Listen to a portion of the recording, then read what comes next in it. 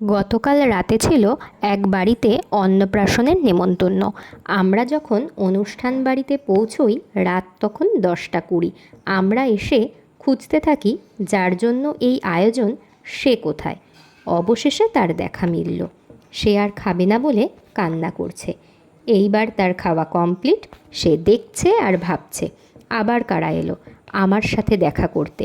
সকাল থেকে রাত হয়ে গেল, অথচ লোকজন আর কমছে না। গরমের মধ্যে তারও যেন এইসব ভালো লাগছে না। বাচ্চাটির নাম তানভি। যেমন মিষ্টি সে দেখতে, সেই রকমই নামটি রাখা হয়েছে। আমি যতক্ষণ পর্যন্ত না তাকে কোলে নিতে পারছিলাম, আমার যেন ভালো লাগছিল না। ছোট ছোট বাচ্চাদের এই দিনগুলি যখন বাবা মা এত স্পেশাল করে তোলে, আমার তখন ভারী ভালো লাগে। এখন সে কিছুই বুঝতে পারছে না, কিন্তু যখন সে বড় হবে আর আজকের দিনগুলির ফটো ভিডিও দেখবে, আর তার ভারী আনন্দ হবে। আমার ছোটোবেলায় এই রকম অনুষ্ঠান হয়নি। মন্দিরের প্রসাদ নিয়ে মুখে দিয়েই অন্নপ্রাশনের কাজ সেরে নিয়েছিল। অনুষ্ঠান বাড়িতে গিয়ে কারা কারা আমার মতো প্যান্ডেলের বাইরে খাওয়ার জন্য এই রকম লাইন দেন, আমাকে অবশ্যই কমেন্ট করে জানাবেন।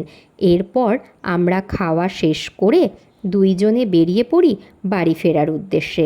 আজকের ভিডিওটি এখানেই শেষ করছি। যারা যারা এখনও আমার চ্যানেলটি সাবস্ক্রাইব করেননি, তারা অবশ্যই চ্যানেলটি সাবস্ক্রাইব করে দেবেন।